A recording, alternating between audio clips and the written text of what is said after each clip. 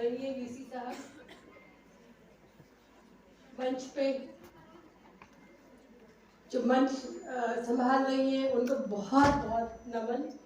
बहुत अच्छा बोलती हैं और मैं ये कहना चाहूँगी कि सरस्वती वंदना से तो मन इतना अभिभूत हो गया। मैं उनको मुबारकबाद देना चाहूँगी। बहुत ही खूबसूरत आवाज़ के साथ आपने सरस्वती वंदना की। और मिस मोहन, आपका डांस देख के तो मुझे लगा कि मुझे एक जन्म और लेना चाहिए। ये सब सीखने के लिए बहुत सारी इच्छाएं हैं जो एक जन्म में पूरी नहीं होती हैं, तो डेफिनेटली मुझे 5-7 जन्म तो और लगेंगे ये सब चीज़ें सीखने के लिए और करने के लिए, क्योंकि इस जन्म में तो पुलिस का ही काम रह गया मुझे। आज मैं देख रही हूँ कि बहुत कम जो है यहाँ पे पुरुष हैं और वो भी बहुत अंडर कंपल्शन आए होंगे मेरे ख्याल से। तो हम लोगों को तो पता है कि हम कितने सशक्त हैं, लेकिन ये बात रियलाइज करने की है कि पुरुष हमें कितना सशक्त समझता है। और वीसी साहब को तो जबरदस्ती बैठना पड़ रहा है क्योंकि महिलाओं का कार्यक्रम है और इनके यूनिवर्सिटी का है। और बाकी कहीं कहीं कुछ लोग, मुझे याद आता है कि एक लज्जा फिल्म आई थी और लज्जा फिल्म देखने के लिए मैंने बड़ा अपने हस्बैंड को फोर्स किया कि आप छुट्टी आए हो, वो फौजी हैं, तो मैंने कहा कि हम पिक्चर देखने चलते हैं। तो पंचकुला थिएटर में एक बंदा और था और एक वो थे। तो लज्जा फिल्म देख के इतना अंदर से त्रस्त हो गए हम लोग कि पुरुष जो है कैसे कैसे एक्सप्लॉइट करता है एक लेडी को, और महिला को कभी प्यार से, कभी दुलार से, कभी फटकार से, कभी डांट से, हर तरह से वो जो है अपने काबू में रखना चाहता है। और ऐसा दिल किया कि ये जो 2 पुरुष बैठे हैं ना, इनकी सारी मिलकर खूब धुनाई करते हैं क्योंकि सदियों से त्रस्त महिला शक्ति, और उनको सिर्फ आप या तो नवरात्रों में या फिर महिला सशक्तिकरण दिवस पे याद करते हो कि आप महिलाएं बहुत सशक्त हैं। अरे भाई, हमको पता है हम सशक्त हैं, इसीलिए भगवान ने हमें माँ बनने की पावर दी है। और नहीं तो अगर ये पुरुष के पास होती है पावर, तो मैं आपको यकीन दिलाना चाहती हूँ कि वो मतलब जो पीड़ा होती है ना, वो अपना पेट कूट कूट के ही वो बच्चे को मार देता है। ये माँ ही है जो ये सब चीजें बर्दाश्त कर सकती है। मेरे जब पहला बेटा हुआ तो मेरे हस्बैंड ने बोला कि सारी लेडीज चीख रही हैं जो लेबर रूम में, तो मैट्रन जो थी वो उससे पूछ लेंगे, मैडम कितना पेन होता है? तो कहती बहुत होता है, इसको तो एक्सप्लेन नहीं कर सकते। तो उसने फिर दिमाग लगाया कि रोटी जब बनती है, कभी माँ के पास बैठे हो? और हाँ, माँ के साथ चूल्हे पर रोटी बनवाई कई बार। तो उसमें रोटी की जो फूंक लगती है उससे 1000 गुना ज्यादा पेन होता है। लेबर पेन जो है उसको कोई एक्सप्लेन नहीं कर पाया आज तक।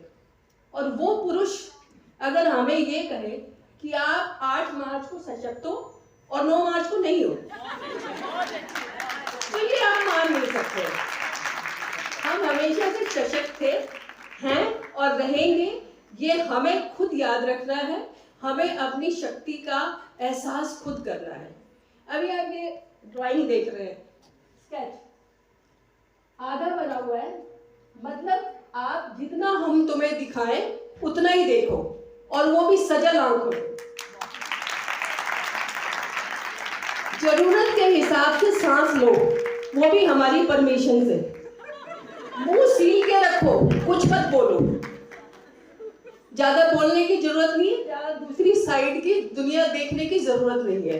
सिर्फ घर में बैठे रहो और घर का काम करो, और जितना तुम्हें पुरुष दिखाता है वही देखो। तो मेरी ये इसकी डिस्क्रिप्शन है, ये प्लीज आगे से आधा मत बनाइए। तो मैं आप सब लोगों को याद दिलाना चाहती हूँ कि आप बहुत सशक्त हैं, और एक महिला जो है, जैसे कि हमारे पहले प्रधानमंत्री जी ने बोला था कि एक महिला पढ़ी लिखी हो तो उसका घर पढ़ा लिखा हो जाता है, घर पढ़ा लिखा हो तो समाज पढ़ा लिखा हो जाता है, समाज की प्रोग्रेस होती है, और समाज की प्रोग्रेस होती है तो देश की प्रोग्रेस होती है। तो महिलाओं का पढ़ना बहुत जरूरी है। महिलाएं बेशकीमती चीज है, इस कुदरत की नायाब चीज है। आप जितनी लड़कियों को देखेंगे ना, इनमें कुछ ना कुछ ऐसा गुण होगा जो दूसरे में नहीं होगा।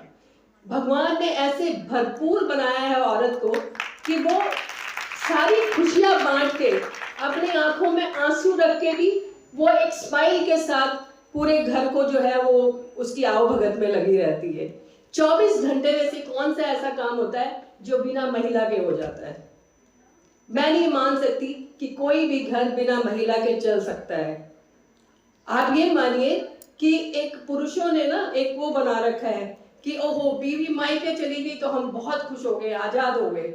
आप घर वापस आके देखेंगे ना, घर का कूड़ादान बना होगा, कहीं कुछ पड़ा होगा, कहीं कुछ पड़ा होगा, रसोई में बर्तन फैले होंगे, यार दोस्त आके वो सारा जो है वहां पे चिकन खाया, ये खाया, वो खाया, पूरा घर भ्रष्ट कर देंगे। लेकिन खुश हो जाएंगे कि भाई हमें तो आजादी मिल गई कुछ दिन के लिए। उसके बाद अगर बीवी खुदा ना खास्ता बीमारी से मर गई, मैं कहती हूँ 1 हफ्ते के अंदर अंदर ये कह के कि पड़ोसियों ने, रिश्तेदारों ने मुझे मजबूर किया कि शादी करने के लिए, कूद के घोड़ी पे चढ़ जाएगा दूसरी शादी करने के लिए। अभी तक इतना परेशान था कि भाई एक बीवी से तो दूसरी के साथ क्यों शादी कर रहा है। तो ये पुरुषों का जो है ये अपने आप को मन बहलाने का एक तरीका है कि हम बहुत खुश हैं, स्त्रियों के बिना भाई लोगों आपका काम नहीं चलेगा, आप मान लो, सरेंडर कर दो। मैं आपको ये बताना चाहूंगी कि महिलाओं का पढ़ना लिखना बहुत जरूरी है। वो नफासत, नजाकत, उसका समय चला गया है। अपने राइट्स के लिए लड़े और उसके लिए फाइट करें, क्योंकि बिना रोए तो माँ भी दूध नहीं देती है बच्चे को। अगर हम नहीं बोलेंगे अपने लिए, हम अपने आप से प्यार नहीं करेंगे तो दूसरों से कैसे कर सकते हैं। खुद को तवज्जो देना शुरू करो, खुद को इतना इंपॉर्टेंट समझो कि मैं, व्हाट नेक्स्ट टू मी, मेरे से ज्यादा क्या, खुद को इतना काबिल समझो। जिंदगी में सार्थकता और विचारों में साक्षरता बहुत जरूरी है। आपके क्रिस्टल क्लियर आइडियाज होने चाहिए, आपको पता होना चाहिए कि आपको क्या करना है, आपको पता होना चाहिए कि आपको क्या बोलना है। जो काम आसानी से प्यार से बोलने से हो जाए उसको प्यार से बोलो, बाय हुक और बाय क्रुक। आपको स्टैंड करना है इस सोसाइटी में और आपको आगे बढ़ना है, क्योंकि बिना आगे बढ़े हम पिसते रहेंगे, सदियों से पिसते आए हैं। और मेरी एक फिलॉसफी ये भी है कि स्प्रिंग को जितना ज़्यादा दबाओगे वो उतना ही ज़्यादा उछलेगा। तो प्लीज़ पुरुषों, स्प्रिंग को दबाना बंद करो, हमें दबाना बंद करो। हम जो निकलेंगे तो बहुत आगे निकलेंगे, कल्पना चावला तक की हमारी उड़ान है, तो हमें चैलेंज ना करें। जहाँ तक बात है घर गृहस्थी की, मैं कहती हूँ महिलाओं को सब चीज़ें आनी चाहिए, क्योंकि भगवान ने नारी को इतना सुंदर, इतना सशक्त और इतना गुणी बनाया है। सिलाई, कढ़ाई, बुनाई, पाक शास्त्र सब कुछ आना चाहिए। कितनी मधुर आवाज में सरस्वती वंदना, मैं इतनी अभिभूत होगी कि कितनी सुंदर आवाज है। तो माँ सरस्वती कैसे नहीं उतर के आएंगी। बहुत सुंदर गला और बहुत सुंदर आपका नाट्य नृत्य का, और आपका जो ये कला जो है, क्या ये चीजें पुरुष अगर करे तो वो इतना सुंदर लगेगा जितना एक महिला लगती है? नहीं, क्योंकि ये सारी चीजें जो है सर्वगुण संपन्न 16 श्रृंगार, ये सिर्फ महिलाओं के लिए है। और एक तरफ से इनको जेलसी भी होती होगी जब शादियों में हम जाते हैं बन संवर के, और ये बेचारे वही काला कोट, काली पैंट लगा के, काली टाई लगा के वो चले जाते हैं। क्या करें बेचारे, है ना? कुछ वैरायटी नहीं है इनकी लाइफ में। तो उस चीज को ढकने के लिए ना, ये एक स्यूडो ईगो में रहते, एक फाल्स, जो कहते हैं ना कि एक जो अहंकार, एक दम्भ, मैं पुरुष। भाई आप पुरुष है तो हमारे बिना क्या है? हमारे बिना तो कुछ भी नहीं है। आपने देखा होगा लड़के जब कॉलेज में पढ़ते हैं, जो माँ पहना देती है, बहन पहना देती है, ऑरेंज कलर की स्वेटर पहन के चले आते हैं, है ना? ऑरेंज, रेड, किसी भी कलर की, बेचारे को जो मिले पहन के आ जाता है। उसके बाद जब बीवी आती है तो उसको सजाना संवारना शुरू करती है, फिर कहता है वो मैं तो पैदाइशी हैंडसम हूँ। मुझे तो बहुत इस तरह का जो है मुझमें टैलेंट है कि मैं वेल ड्रेस्ड, मैं बाहर जाता हूँ तो लोग मुझे ही देखते हैं। ये नहीं पता कि आपकी बीवी को देखते हैं कि आप कितना कैसा आदमी कैसा बना दिया। तो आप सब लोग अपनी जो है अंदर की जो गुण है उनको पहचानें, उनको प्रोफेस करें, उनको जो है प्रैक्टिस करें और निखर के आए, क्योंकि ये जिंदगी एक ही है। इसमें आप जितना आप बदतमीजी ना करें। आपने देखा होगा कि अभी कानून जो है वो प्रो वुमेन है, तो प्रो वुमेन इसलिए है क्योंकि पहले महिलाओं को दबाया जाता था। अब आजकल महिलाएं अपना सब जानती हैं।